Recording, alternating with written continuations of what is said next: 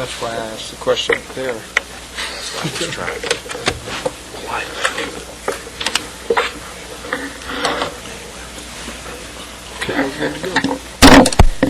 Good evening, ladies and gentlemen. Welcome to this regularly scheduled meeting of the Temple City Council, our first one of the new year, January 3rd of 2013. Please rise. Pastor Dana Wilhelmsen with Emmanuel Lutheran Church will lead us in an invocation, and then Autumn Spear, our Director of Community Services, will lead us in our pledge. Pastor, welcome. Let us pray. O merciful Father in heaven, you hold in your hand all the power and activity of mankind, and you've ordained civil governments to lead and defend those who would do us good and prevent those from doing evil to us. Lord, all too many of us have forgotten that you reign in authority over all this.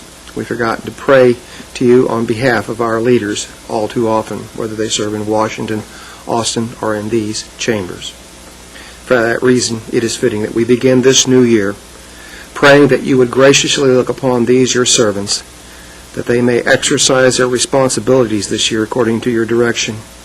Keep them from all temptations to personal gain, that they may serve their constituencies with integrity, honor, and courage. Enlighten them, O God, with wisdom and understanding, that under their leadership your people may be guarded and directed in righteousness, peace, and unity. Protect those who serve here this day from all harm, Lord, that they may gladly and boldly serve our community according to your will and thereby bring glory to your name.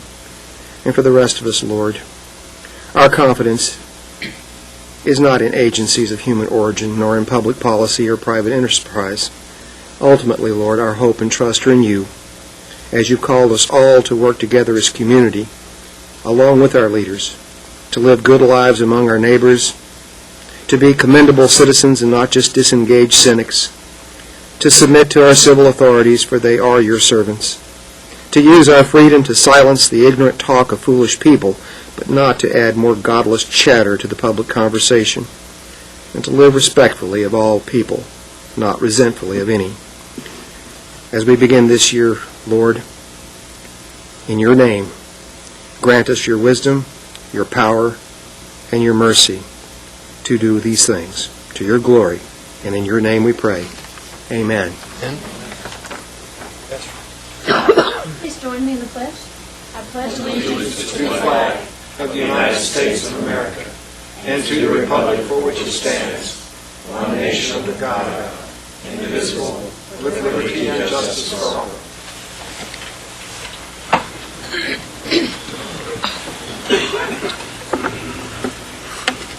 I wish you a happy new year, and hopefully you had blessed holidays, and we appreciate you taking the time to be with us here this evening in our meeting. First order of business is to hear public comments. Citizens who desire to address the council on any matter may sign up to do so prior to the meeting. Public comments will be received during this portion of the meeting, and please limit your comments to 3 minutes. No discussion or final action will be taken by the council as a result of these particular comments. We have one individual sign up to speak. I believe this is Mr. Rick Lewis. Is that correct? This item is scheduled for a public hearing, and unless you need to leave early and you want to make your comments now, we'll hear you during the public hearing portion of this. Okay, sir. All right, great. So there's no one else signed up to speak, so we'll move on to the consent agenda. Item 3 is the consent agenda. All items listed under this section, consent agenda, are considered to be routine by the City Council and may be enacted by one motion. If discussion is desired by the council, any item may be removed from the consent agenda at the request of a council member and will be considered separately. This is item 3. It is A and B tonight. Probably one of the shortest consent agendas I can remember. Council, any of these items you wish to be removed? And if not, I'll entertain a motion on the consent agenda, item 3A and B. Motion to approve? Second. Motion is second. Further discussion? There being none, Madam Secretary. President Dunn. Aye. Councilmember Schneider. Aye. Councilmember Morales. Aye. Aye. Item 4 is a first reading and a public hearing to consider adopting an ordinance authorizing a permanent zoning from agricultural district to planned development single-family 1 district at 305 Ben Nevis Lane, located on Lot 4, Block 1, The Highlands, Phase 1. Ms. Spear. Thank you, Mr. Mayor, and I do believe the regular agenda will make up for your consent agenda this evening. This first request is a rezoning. It's a request from agricultural to a planned development for SF1. The applicant is requesting this rezoning with the PD for a reduction in the side yard setback. The property is currently zoned agriculture. It was annexed into the city limits in 1997. The property was platted prior to annexation, and there were some deed restrictions that followed the property that allowed for a 5-foot side yard setback. However, the applicant was not aware of the specifics of the agricultural setback, and so submitted a building permit several months ago, was denied that building permit, and conferred with the planning department to decide how to go about constructing this addition to their residence. The shortest route and easiest route at that time to request a reduction in side yard setback was to go to the Zoning Board of Adjustment. They did go to that. They were unsuccessful at that meeting. They did want to continue this process and figure out the next step, so staff recommended that they do a planned development for single-family 1. The single-family 1 zoning does follow our comprehensive land use plan for the suburban commercial in this area, but the planned development approach would allow them to do a specific reduction on their property with the site plan, and that's what we have before you. This is the aerial location of the request. Some images of the surrounding properties. It's a residential neighborhood, single-family residential, and then undeveloped land to the east or the rear of the property. Some additional images of the single-family residence in this neighborhood and surrounding the property. Single-family 1 is very limited. It allows single-family detached dwelling units and industrialized housing, also fire station and places of worship, those sorts of uses. It prohibits any sort of attached dwelling, duplex, patio home, townhome, or apartment. The development standards permit single-family detached residences and related accessory structures. Single-family lots should serve as a transition between larger and smaller lot single-family districts. The dimensional standards, 7,500 square foot lot size, 60-foot lot width, 100-foot lot depth, 25-foot front yard setback. The side yard setback, there's a minimum of 6 feet and a maximum of 7.5 feet. And then a corner setback of 15 feet and a rear of 10 feet. They meet all of the requirements of the traditional single-family 1 zoning except for the side yard setback.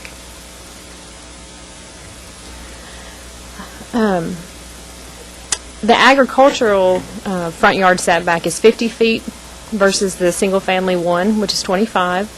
And then the side yard setback, the recorded plat front yard setback has 25 feet. But as I mentioned earlier, the 5-yard setback allowed by the deed restrictions was not on the platted lot. The planned development proposal would allow the 5-foot to 6-foot side yard setback at the south property line. This is an image that's in your packet of the proposed addition. It's an 11 by approximately 24 feet addition to the side of their home. It is attached through their home. It's proposed to be masonry exterior on the front and then hardy on the side, matching the property as is now. This is a look at the comprehensive land use map. It is suburban residential in this area and surrounding location. It does meet the SF1 does meet our land use plan.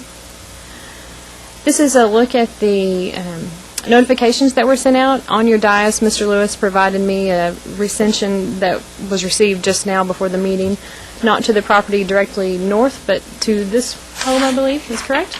I've rescinded that. So we have 5 in agreement and 2 in disagreement that have sent in letters. Staff made a recommendation to the Planning and Zoning Commission to approve this zoning change request to PD SF1. Subject to the attached site plan, the request complies with the future land use and character map, it complies with the thoroughfare plan, and utilities are available to serve the property. The Planning and Zoning Commission heard this on December 17th. They voted 9-0 to recommend approval of the requested zoning change as submitted. I'm happy to answer any questions that you may have at this time. Great. Thank you, Ms. Spear. Counsel? Could you go back to the setback offset requirements? You had 7.5 to 6 feet. If you had a minimum of 6 feet and 7.5 max, that means you would have to be in between those? Well, the requirement, the lot width is 60 feet, so it's a 10% minimum. Why wouldn't you just give the minimum? I mean, you read that, almost you have to be between 6 and 7.5 feet. If you have a wider lot in SF1, you have up to a 7.5 foot. So if you had a 75-foot wide lot, you would have a 7.5 foot side yard setback. Okay, so this is not for this specific case? No, this That's is the just dimensional for- standards for SF1. Yes, sir. This is just to show that they exceed all of the other requirements or meet them except for that one. The only zoning district that we have that allows a 5-foot side yard setback is Single Family 3, and it's a much smaller lot size and doesn't fit in with the comprehensive plan designation for this neighborhood. That's the dimensional standards for SF1? This slide, yes, sir. So if it's SF1 with the 75 foot, you get 7.5 feet. Correct. If it's 60 feet, you get 6 feet. Correct. Okay. I think it's the next slide. Yeah. The way it's zoned now, ag, if somebody's house burns down, can they rebuild it? Yes, sir. Okay. And they don't have the setback issue with 50 feet No, sir. that they have to comply with. They can rebuild a residential structure. They can rebuild a residential structure on the current. Yes, sir. Okay. But it's going to have to be, to keep it in ag, it's going to have to be a 10-foot side yard setback. 15 foot in ag. 15 foot. Unless they rezoned it. Yeah, I understand if we rezone to SF1, but if it's not, and it's currently ag, do they have Currently, to... there's a 15-foot side yard setback. Okay. So they have to comply with that, but they don't have to... It doesn't comply with the minimum lot size of ag. The only thing it complies with in ag Yeah. is the side yard setback. Yes, sir.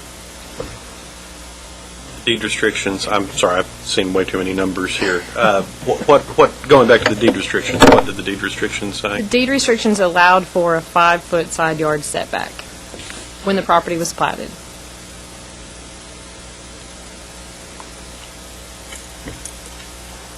The majority of the homes do have wider setbacks, however.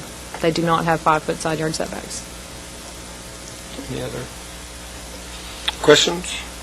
This item requires a public hearing, and I'll declare the public hearing open at this time. Anyone wishing to speak before the council on this item, please come forward and state your name and address for the record prior to making your comments.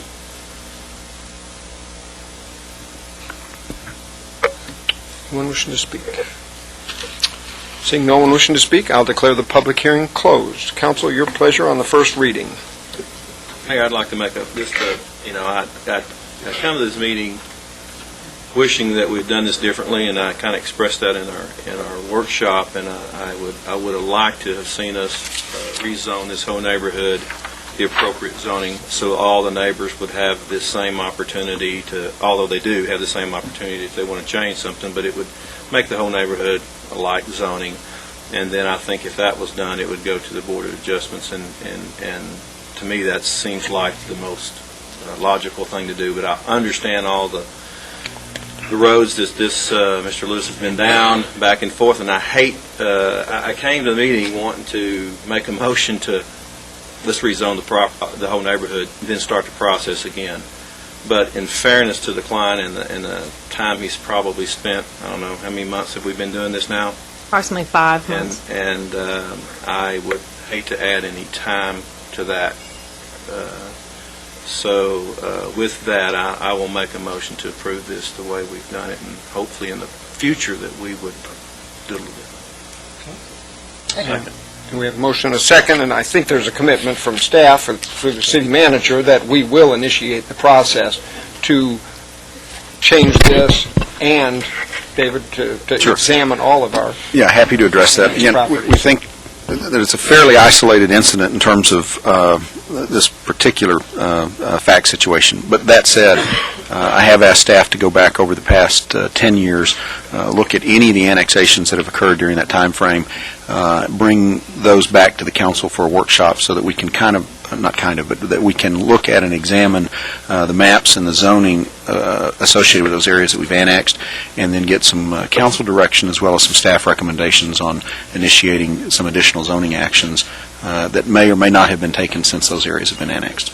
And fully agree with council members' comments about process, and where we do have a cohesive area of land use, it certainly would be appropriate for us to take a look at the proper zoning for that and do that at a city-initiated, in a city-initiated way. So we'll certainly take a look at that. And I have had some calls in opposition to this, but I guess I didn't have time to make it tonight, so. All right, we have a motion and a second. Further discussion? Madam Secretary? Mayor Pro Tem Dunn. Aye. Councilmember Schneider. Aye. Councilmember Morales. Mayor Jones. Aye. Again, this will be scheduled for the second reading at the next council meeting. There's no public hearing associated with that. So, item 5, first reading and a public hearing, consider adopting an ordinance authorizing a conditional use permit to allow an off-premise sign relocation closer than 1,500 feet from another off-premise sign at 3010 South General Bruce Drive. Ms. Spear. Thank you, Mr. Mayor. There's two relocations of off-premise or billboard signs this evening before you. This first one, the proposed location is 3010 South General Bruce Drive. And if you recall earlier, and actually last year now, the Unified Development Code allows for off-premise signs. It allows for relocations resulting from TxDOT right-of-way acquisition. But what we did do, in addition to the basic requirements that are listed on this screen, we added requirements that if you did not meet the specific spacing, you would have to come back for a conditional use permit. And those conditional use permits go through planning and zoning and city council. This particular sign does not meet the minimum 1,500 spacing from another off-premise billboard sign. The current location is at Terrell Smith Monuments on I-35. This portion of Mr. Smith's property will be taken with the right-of-way acquisition. The proposed location is moving south to in front of Hemsco Glass, but to the remainder of the property, the front of this property will also be affected by the right-of-way acquisition. It's about 254 feet south. The conditional use permit, again, everything is met. The material standards are met. The dimensional standards are met. The setback is met and exceeded. The state will allow a 5-foot setback. The setback that's proposed for this is 17 foot. The zoning requirements are appropriate with light industrial, but again, the spacing requirements are not met. There's 620 feet from the existing sign to a proposed sign further south on the property. 1,650 feet to the north. That one meets the requirements. This is the notification map that we sent out. We sent out 6 notices. We did not receive any responses. Staff made a recommendation that this was an off-premise sign that we could approve. The spacing requirements would permit 6 to 7 billboards in this approximately 2-mile area. There's 6 on the west side and east on the 7th side. The new sign will not increase or decrease existing numbers, and the spacing is similar to what we have today. The Planning and Zoning Commission made a recommendation on December 17th unanimously to recommend approval of this proposed conditional use permit, and I'm happy to answer any questions that you may have. Good. Thank you, Ms. Spear. Council, questions? There being none, this item requires a public hearing. I'll declare the public hearing open. Please come forward and state your name and address for the record prior to making your comments if you wish to comment on this item. Seeing no one wishing to speak, I'll declare the public hearing closed, and council will entertain a motion on item 5 for the first reading. Make a motion for approval. Second. We have a motion and a second. Any further discussion? Madam Secretary. Mayor Pro Tem Dunn. Aye. Councilmember Schneider. Aye. Councilmember Morales. Aye. Mayor Jones. Aye. Item 6, first reading and a public hearing, consider adopting an ordinance authorizing a conditional use permit to allow an off-premise sign relocation closer than 1,500 feet from another off-premise sign at 2502 North General Bruce Drive. Ms. Spear? Thank you, Mr. Mayor. Again, this is another request for an off-premise billboard. Just to recap, the requirements for spacing require this conditional use permit. The current sign location is in front of the Cork's Liquor Store. It's being relocated due to the TxDOT right-of-way acquisition. They are moving this one far away, and it's difficult to manage which one is going where, but in this instance, this is what we're trying to do as we keep up with these signs that are being relocated. So it's going to a new location in front of the old Fikes building at 2502 North General Bruce Drive. This is an image that Lamar provided to show where the sign will be behind the existing building and how it might look as you approach it from the interstate. Again, material standards are met, dimensional standards have been met, setback requirements have been met with 20-foot setbacks. The zoning requirements are light industrial, and that has been met. The spacing is what we're looking at this evening. There's 1,200 feet to the nearest sign to the south, 1,625 feet to the nearest sign to the north. So it's in accordance with current ordinance for the north sign, but just shy of the sign to the south. This is a look at the notification map that we sent out. 3 notices were mailed. We did receive 2 in favor. Staff made a recommendation to Planning and Zoning that this conditional use permit should be approved based on the spacing and current signs that are in this area in a 3.16 mile area. There's 12 off-premise billboard signs on the west side of the east sign, and again, that is what would be permitted with our 1,500-foot spacing. Planning and Zoning Commission made a recommendation to approve this unanimously on December 17th, their meeting. I'm happy to answer any questions that you may have. Thank you, Ms. Spear. Council comments or questions? Not, this item requires a public hearing. I'll declare the public hearing open. If anyone wishes to speak on this item, please come forward and state your name and address for the record prior to making your comments. Seeing no one wishing to speak, I'll declare the public hearing closed. Council, your pleasure on item 6, first reading. Motion to approve. Second. Motion and a second. Further discussion? There being none, Madam Secretary. Mayor Pro Tem Dunn. Aye. Councilmember Schneider. Aye. Councilmember Morales. Aye.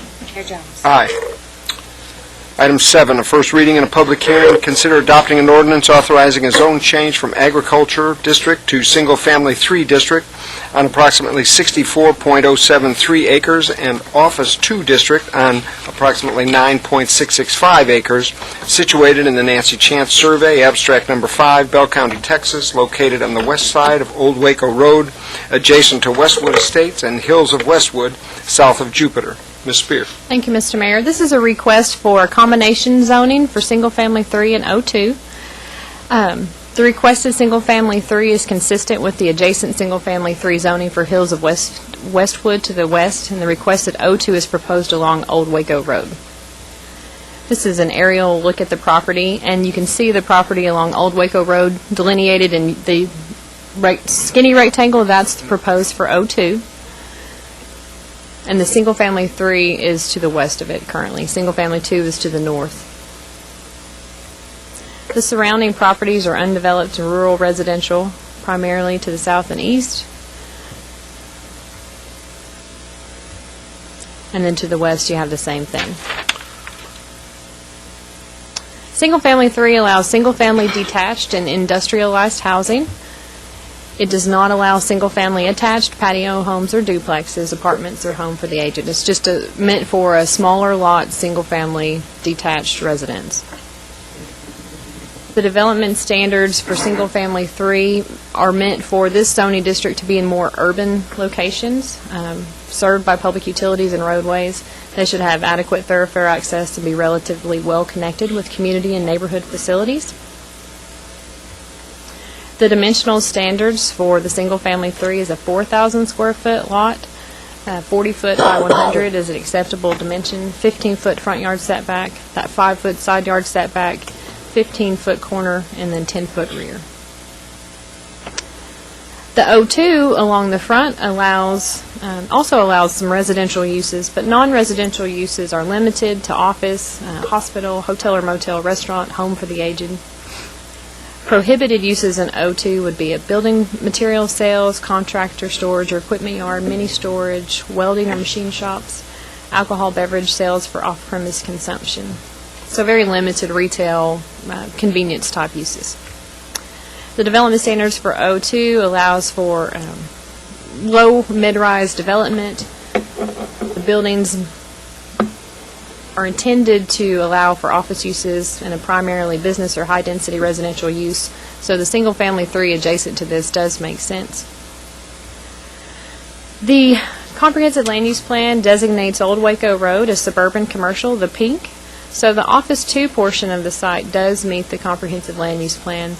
The suburban commercial actually exceeds the amount that they have requested for rezoning into the area that they have requested for single-family 3. The suburban residential in yellow is typically what we would like to see for single-family 1. But you can see to the west, the orange, that's our auto urban residential, and that's what a single-family 3 zoning would typically fall under. So if this zoning case is approved, we would need to come back with a comprehensive land use plan amendment. We typically do those at the end of the year to clean up our land use plan to make this match.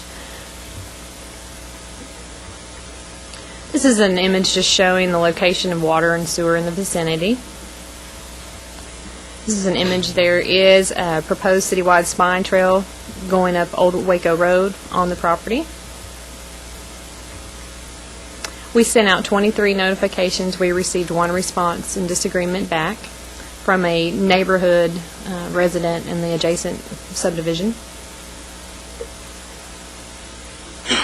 Staff made a recommendation for approval of the requested zoning change concerning single-family 3. Albeit the request does not comply with the future land use plan, it is consistent with the adjacent single-family 3 district in the hills of Westwood, and it is compatible with the proposed O2 along Old Waco Road. The request complies with the thoroughfare plan and public facilities will be available.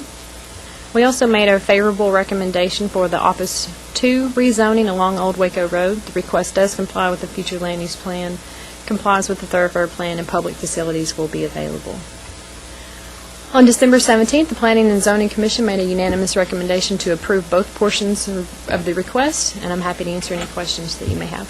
Great. Thank you, Ms. Spear. Good presentation.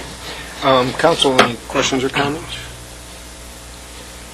If not, this item requires a public hearing, so I'll declare the public hearing open at this time. Anyone wishing to speak before the council on this item, please come forward and state your name and address for the record prior to making your comments.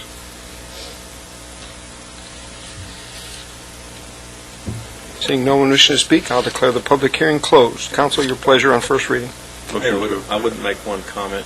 I have spoke to the applicant. I believe O2 zoning does allow for duplexes, so you really could put duplexes in the front of those, and that's not his intent to do that, and so the Office 2 does meet that. But I did contact him to find out about the duplexes, and they're not to be built there. So. Sorry about that. That's quite all right. Appreciate the comment. Is there a motion on the item? Motion to approve. Second. Motion and a second. Further discussion? There being none, Madam Secretary. Mayor Pro Tem Dunn. Aye. Councilmember Schneider. Aye. Councilmember Morales. Aye. Mayor Jones. Aye. Item 8 is resolution. Consider adopting a resolution authorizing an appeal of standards in Section 6.7 of the Unified Development Code related to the I-35 corridor overlay zoning district for landscaping and parking improvements for Texas Roadhouse located at 624 North General Bruce Drive. Ms. Spear. Thank you, Mr. Mayor. This is a request for an appeal for I-35 on behalf of Texas Roadhouse. The existing Texas Roadhouse is constructed with the I-35 expansion in mind. They were aware of the acquisition that would be taking place, and so their facility is located appropriately. On the screen before you, you can see the area in the X'd out. This is the area that will be acquired by TxDOT. They have a majority of their parking, or half of their parking, in that area, and they've come in to talk to us about relocating their parking to the rear of the property and what that would trigger as it relates to I-35. So they've proposed 54 new parking spaces. That includes new parking islands. And with that trigger, the way I-35 works, let me get to that slide so you can see that and then go back. All new construction must meet all of the requirements. And then if there's an increase in gross floor area of 10% to 24% or modifications with the cost of the same percentage, it triggers site plan review, tree preservation, screening, landscaping. And so the appraised value of the improvements were just under $1 million. The proposed improvements were $200,000, so they have hit the 21% mark. And so they have triggered primarily the landscaping up for discussion this evening. Go back. This is a copy of the site layout. And again, yellow is the area that is proposed for the TxDOT taking.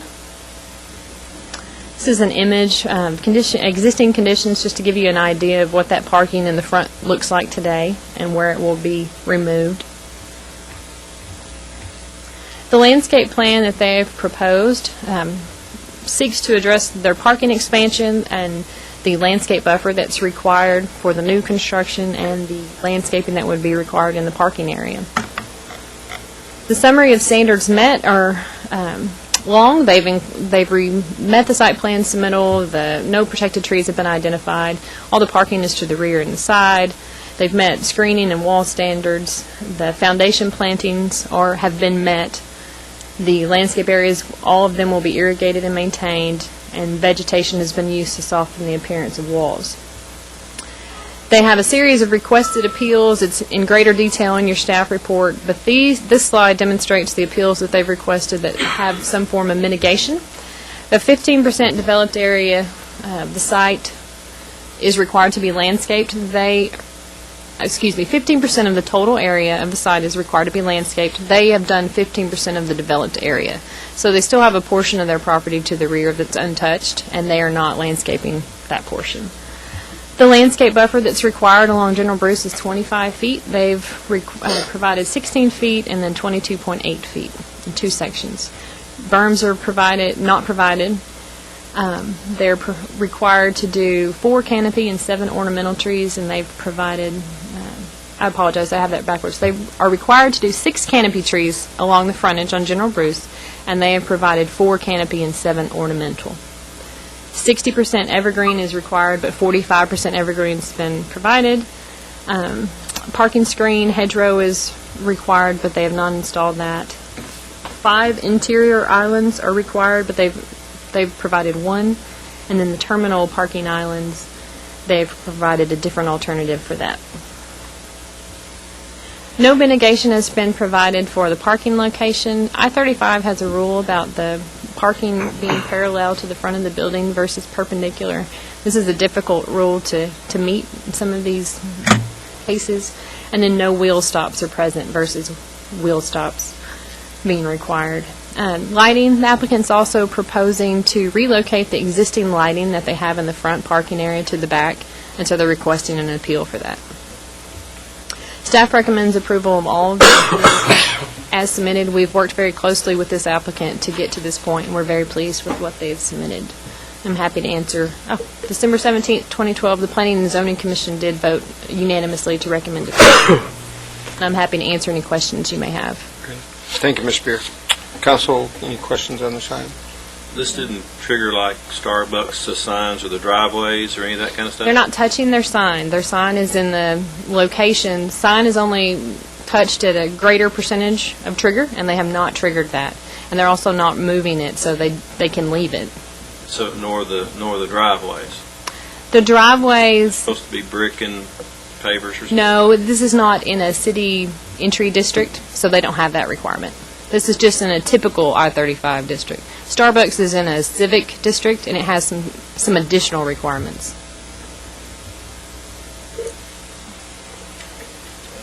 Other questions? Entertain a motion on this item. Motion to approve.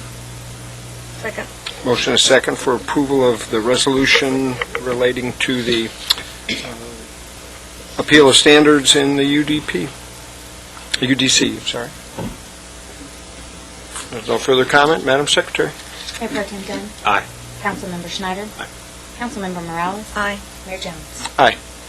Item 9 is consider adopting a resolution authorizing an appeal of standards in Section 6.7 of the Unified Development Code related to the I-35 Corridor Overlay Zoning District for landscaping and building improvements for Johnson Brothers Ford, located at 503 and 615 North General Bruce Drive. Ms. Spear. Thank you, Mr. Mayor. This is an I-35 appeal also relating to landscaping and architectural design for the existing Johnson Brothers site on North General Bruce Drive.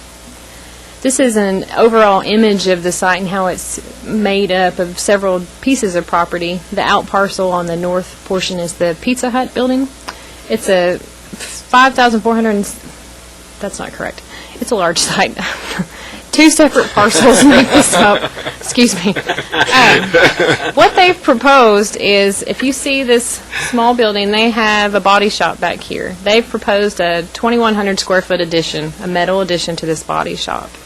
And so that's what triggered this whole conversation. This is a look at the existing conditions, of course, along 31st Street. This is where they're proposing the addition in the back there, and this is along Bray Street and then along General Bruce Drive. The applicability of this property is triggered at 21% because of the assessed value. It's $790,000 on the tax roll, and the proposed improvements to do this addition is $168,000. So it has triggered many of the requirements, including landscaping and screening. And then the new construction of the building itself has triggered architectural standards. This is a look at the site plan that has been worked on with staff and the applicant. This area in yellow is the existing body shop. This again is the addition.